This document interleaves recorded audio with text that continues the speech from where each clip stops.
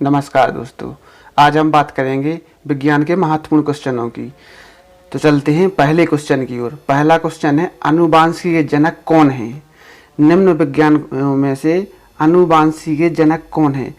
तो इसका आंसर है ग्रेगर मेंडल। ग्रेगर मेंडल को आनुवांशिकी का जनक कहा जाता है क्योंकि इन्होंने आनुवांशिकी के नियम दिए थे तथा कई प्रयोग भी किए थे। ठीक है, चलते हैं अगले क्वेश्चन की ओर। अगला क्वेश्चन है, एनाटॉमी विज्ञान की एक शाखा है जिसमें अध्ययन किया जाता है। तो क्या अध्ययन किया जाता है एनाटॉमी के अंतर्गत? ठीक है, तो इसमें बात कर रहे हैं एनाटॉमी की। एनाटॉमी जानवरों एवं पौधों की संरचनाओं का अध्ययन किया जाता है। जैसे कोई पौधा हुआ या पशु हुआ, ठीक है, जीव हुआ, तो उनकी आंतरिक जो संरचना वगैरह है उसका अध्ययन किया जाता है एनाटॉमी के अंतर्गत। ठीक है, तो इसका आंसर होगा ए, जानवरों एवं पौधों की संरचना का अध्ययन। अगले क्वेश्चन की ओर बढ़ते हैं, ओंकोलॉजी। ओंकोलॉजी किसके अध्ययन से संबंधित है? निम्न में से किसके अध्ययन से संबंधित है? पक्षी, कैंसर, स्तनधारी और मिट्टी। ठीक है, तो इसमें कैंसर से संबंधित जो अध्ययन होता है उसे ओंकोलॉजी के अंतर्गत रखते हैं। ठीक है, तो ध्यान रखेंगे कैंसर का अध्ययन ओंकोलॉजी के अंतर्गत किया जाता है। अगला क्वेश्चन है, न्यूमेटोमेट्रिक किसके अध्ययन से संबंधित है? ठीक, तो इसे न्यूमिस्मैटिक्स भी कहीं कहीं लिखा मिलता है। ठीक है, तो इसका अध्ययन किया जाता है सिक्कों या पुराने मेडलों से संबंधित अध्ययन के लिए न्यूमिस्मैटिक्स का अध्ययन किया जाता है। ठीक, अगले क्वेश्चन की ओर बढ़ते हैं, यूजेनिक्स किसके अध्ययन से संबंधित है? यूजेनिक्स, हालांकि ये शब्द कम ही सुनने को मिला होगा लेकिन वेरी इंपॉर्टेंट है। इसका आंसर है डी, आनुवांशिक घटकों में फेरबदल के कारण मनुष्यों में हुए परिवर्तन का अध्ययन यूजेनिक्स के अंतर्गत किया जाता है, जो कि ध्यान रखना इम्पोर्टेंट है। ठीक, अगले क्वेश्चन की ओर बढ़ते हैं, ऑर्निथोलॉजी। ऑर्निथोलॉजी के अंतर्गत किसका अध्ययन किया जाता है? ऑप्शन है पौधों का अध्ययन, हड्डियों का अध्ययन, शोरगुल का अध्ययन, पक्षियों का अध्ययन। तो इसका ऑप्शन है पक्षियों का अध्ययन। ठीक है, अगर वीडियो पसंद आए तो लाइक और सब्सक्राइब जरूर करें। अगले क्वेश्चन की ओर बढ़ते हैं, एपिडेमियोलॉजी किसके अध्ययन से संबंधित है? एपिडेमियोलॉजी। ठीक है, इसमें ऑप्शन दिए हैं एंडोडर्मिस, डर्मिस, महामारी रोग और इनमें से कोई नहीं।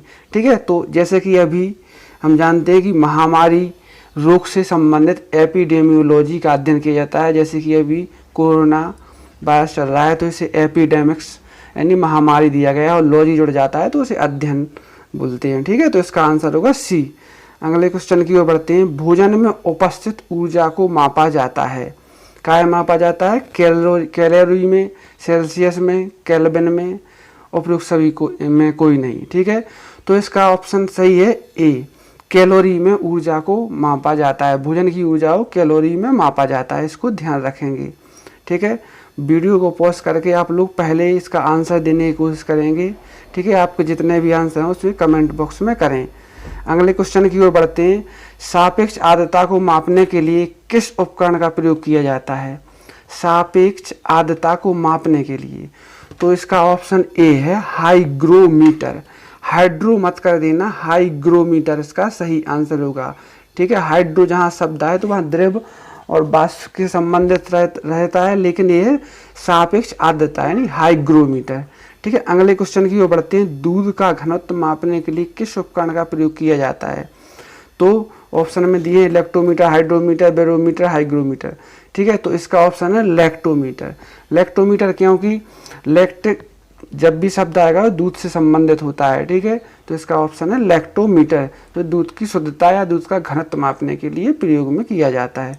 अगले क्वेश्चन की ओर बढ़ते हैं, बिजली का प्रतिरोध मापने के लिए किस उपकरण का इस्तेमाल किया जाता है? तो इसका सही आंसर है ओम मीटर। ओम मीटर बिजली का प्रतिरोध। ठीक है, बिजली के मतलब धारा में जो प्रतिरोध होता है उसको मापने के लिए ओम मीटर का यूज किया जाता है। अगले क्वेश्चन की ओर बढ़ते हैं, निम्नलिखित में से कौन सा वैज्ञानिक किनेमैटिकल समीकरणों, खोज आदि से नियमों से संबंधित है? तो इसका आंसर है गैलीलियो। ठीक है, किनेमैटिकल यानी गतिकी से समीकरण संबंधित। ठीक है, तो गैलीलियो इसका सही आंसर है, इसको ध्यान रखना इम्पोर्टेंट है। ठीक है, ये लगता है किसी न्यूटन या किसी और ने बताया है, लेकिन इसका आंसर है गैलीलियो। अगले क्वेश्चन की ओर बढ़ते हैं। निम्नलिखित में से किस वैज्ञानिक का संबंध वायरलेस टेलीग्राफी रेडियो वायरलेस संदेश से जुड़ा है? तो इसका आंसर हो सकता है आप लोग पहले से जानते हो, इसका आंसर है जी मार्कोनी। मार्कोनी ने वायरलेस टेलीग्राफी रेडियो वायरलेस संबंधी खोजों के बारे में जानकारी बताई थी। ठीक है, खोज की थी। अगला क्वेश्चन है, निम्नलिखित में से किस वैज्ञानिक ने इलेक्ट्रॉन की खोज की थी? इलेक्ट्रॉन, ठीक है, तो उसको ध्यान रखना है जे थॉमसन। जे थॉमसन ने इलेक्ट्रॉन की खोज की थी। ठीक है, सबसे पहले। अगले क्वेश्चन की ओर बढ़ते हैं। निम्न में से भौतिकी में कौन सा उल्लेखनीय योगदान वैज्ञानिक न्यूटन द्वारा किया गया था? ठीक है, अपने पास ऑप्शन है वैश्विक गुरुत्वाकर्षण नियम, गति का नियम, कैलकुलस की खोज, उपरोक्त सभी। तो जैसा कि दोस्तों जानते हैं गुरुत्वाकर्षण का नियम, गति का नियम ये तो सब जानते हैं, लेकिन कैलकुलस एक विज्ञान गणित की शाखा होती है, वो भी न्यूटन ने ही बताई थी। अतः इसका ऑप्शन होगा डी, इसका सही आंसर होगा। ठीक है, तो तीनों बातें किसने बताई हैं? न्यूटन ने बताई हैं। अगले क्वेश्चन की ओर बढ़ते हैं। वैज्ञानिक एक फर्मी ने भौतिकी के क्षेत्र में कौन सा उत्कृष्ट योगदान दिया था? वैज्ञानिक ए फर्मी ने। ठीक है, तो इसमें से इसका सही उत्तर है कृत्रिम रेडियोधर्मी तत्वों की पहचान। कृत्रिम रेडियोधर्मी तत्वों की पहचान किसने बताई थी? ए फर्मी नामक वैज्ञानिक, मतलब रेडियोधर्मी तत्वों के बारे में फर्मी ने बताया था, इसको ध्यान रखना है। अगला क्वेश्चन है, वैज्ञानिक ऑटो हॉर्न और स्टार्समैन का भौतिकी के क्षेत्र में कौन सा उत्कृष्ट योगदान है? तो ऑप्शन है परमाणु संलयन, विखंडन, बारूद, इनमें से कोई नहीं। तो इसका आंसर होगा परमाणु विखंडन, ऑप्शन बी। ठीक है, परमाणु विखंडन की जो क्रियाएं होती हैं उसके बारे में ऑटो हॉर्न और स्टार्समैन ने बताया था। ठीक है, और परमाणु विखंडन बम वगैरह के बारे में भी उन्होंने बताया था। ठीक है, अगले क्वेश्चन की ओर बढ़ते हैं। वैज्ञानिक थेल्स का भौतिकी के क्षेत्र में कौन सा उत्कृष्ट योगदान है? ठीक है, कौन सा योगदान है? तो ऑप्शन है फोटो, वोल्टा, स्टैटिक और बिजली। इसका आंसर होगा सी, स्टैटिक। स्टैटिक स्थितियों के बारे में थेल्स ने बताया था, इसलिए इसका आंसर होगा स्टैटिक। अगले क्वेश्चन की ओर बढ़ते हैं। वैज्ञानिक मिलिकन का भौतिकी के क्षेत्र में निम्न में से कौन सा उत्कृष्ट योगदान है? ठीक है, तो मिलिकन का जब भी शब्द है तो इलेक्ट्रॉन, चार्ज या आवेश, ठीक है, आवेश भी लिखा मिलेगा या चार्ज, तो इसका आंसर ए होगा। इलेक्ट्रॉन चार्ज के बारे में वैज्ञानिक मिलिकन ने बताया था। ठीक, वीडियो को लाइक भी करते जाएं और सब्सक्राइब भी जरूर करें। अगले क्वेश्चन की ओर बढ़ते हैं। वैज्ञानिक न्यूटन का भौतिकी के क्षेत्र में निम्न में से कौन सा उत्कृष्ट योगदान है? न्यूटन का भौतिकी के क्षेत्र में निम्न में से कौन सा उत्कृष्ट योगदान है? ठीक है, तो इसका ऑप्शन होगा शीतलन का सिद्धांत। शीतलन का सिद्धांत न्यूटन ने दिया था। इसके अलावा और भी बहुत सारे सिद्धांत दिए थे, नियम बताए थे, पर इन ऑप्शनों में से ए इसका सही आंसर होगा, जो शीतलक का सिद्धांत है। ठीक है, इसको वेरी इंपॉर्टेंट में ध्यान रखना। ठीक है, और इन क्वेश्चनों को नोट भी कर लेना, क्योंकि यह क्वेश्चन है जो परीक्षाओं में आ चुके हैं। ठीक है, सभी प्रतियोगिता परीक्षाओं के लिए वेरी इंपॉर्टेंट हैं। वैज्ञानिक हेनरिक हर्ट्ज का भौतिकी के क्षेत्र में निम्न में से कौन सा उत्कृष्ट योगदान है?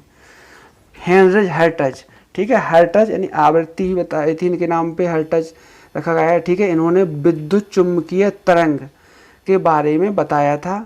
ठीक है, उनकी आवृत्ति के बारे में बताया था। ठीक है, विद्युत चुम्बकीय तरंगों के बारे में बताया था, तो इसका आंसर होगा ए। अगले क्वेश्चन की ओर बढ़ते हैं। वाहनों के अग्रदीपों में किस प्रकार के दर्पण का प्रयोग किया जाता है? तो ऑप्शन में है समतल दर्पण, उत्तल दर्पण, अवतल दर्पण और परवलयी दर्पण। तो इसका आंसर डी होगा, परवलयी, मतलब जो आगे की हेडलाइट होती हैं, जो उनके बाहर लाइट वाले दीप बने होते हैं, जो परवलयी घुमावदार होते हैं, उन्हीं को इसमें पूछा गया था, परवलयी दर्पण होता है। ठीक, अगला क्वेश्चन है। हाइड्रोफोबिया बीमारी किसका टीका लगाया जाता है? जैसा कि हम जानते हैं कि हाइड्रोफोबिया में पानी से डर लगने लगता है। ठीक है, वायरस जनित बीमारी है, इसमें रेबीज का टीका लगाया जाता है। ठीक है, तो रेबीज का टीका लगाया जाता है, कुत्ता बिल्ली आदि काटने से हो जाता है। ठीक है, अगले क्वेश्चन की ओर बढ़ते हैं। निम्न में से किस प्रक्रिया के कारण गर्मी के दिनों में मिट्टी के बर्तनों में रखा पानी ठंडा हो जाता है? ठीक है, ऑप्शन है अपने पास विसरण, परासरण, ऑस्मोसिस और बाष्पीकरण। ठीक है, तो इसका सही आंसर है बाष्पीकरण, डी। बाष्पीकरण होता रहता है, इस वजह से गर्मी के दिनों में मिट्टी के बर्तनों में ठंडा पानी होता है। ठीक है, जो कि हम जानते भी हैं, घरों में यूज करते हैं। सापेक्षता सिद्धांत किसने दिया था या किसने प्रतिपादित किया था? ठीक है, तो इसका उत्तर होगा आइंस्टीन। आइंस्टीन जो वैज्ञानिक हुए हैं, बहुत महान वैज्ञानिक हुए हैं, इन्हीं ने सापेक्षता का सिद्धांत दिया था। ठीक, मलेरिया रोग में शरीर का कौन सा अंग प्रभावित होता है? ठीक है, ऑप्शन है प्लीहा, फेफड़े, तंत्रिका, मेरुरज्जु। ठीक है, तो इसका सही आंसर है प्लीहा, प्लीहा। ठीक है, प्लीहा को स्प्लीन भी बोलते हैं। ठीक है, स्प्लीन भी बोलते हैं, इसका आंसर होगा ए, प्लीहा। ठीक है, अगले क्वेश्चन की ओर बढ़ते हैं। भोजन का पाचन निम्न में से किस अंग में प्रारंभ हो जाता है?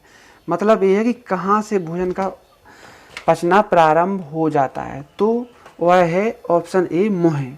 मुँह से ही लार के द्वारा भोजन का पाचन स्टार्ट हो जाता है। ठीक है, तो इसका ऑप्शन होगा मुँह।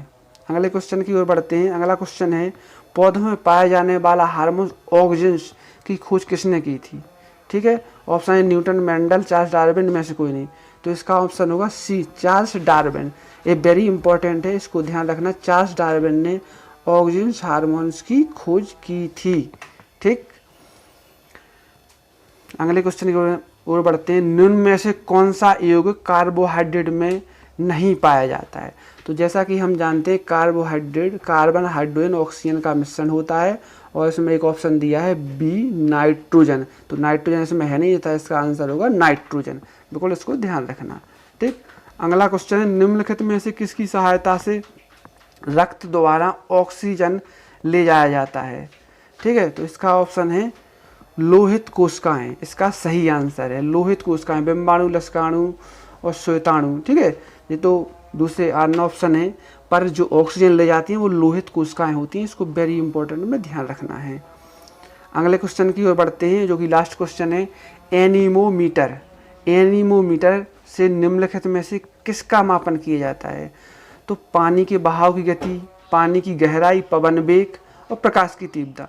तो इसका ऑप्शन है सी, पवन वेग। मतलब पवन के मतलब वायु के वेग का मापन किया जाता है एनीमोमीटर से। ठीक है, जो ठीक है, ये कुछ महत्वपूर्ण वैज्ञानिक क्वेश्चन थे। आपको अगर वीडियो पसंद आया हो तो लाइक और सब्सक्राइब जरूर करें। धन्यवाद।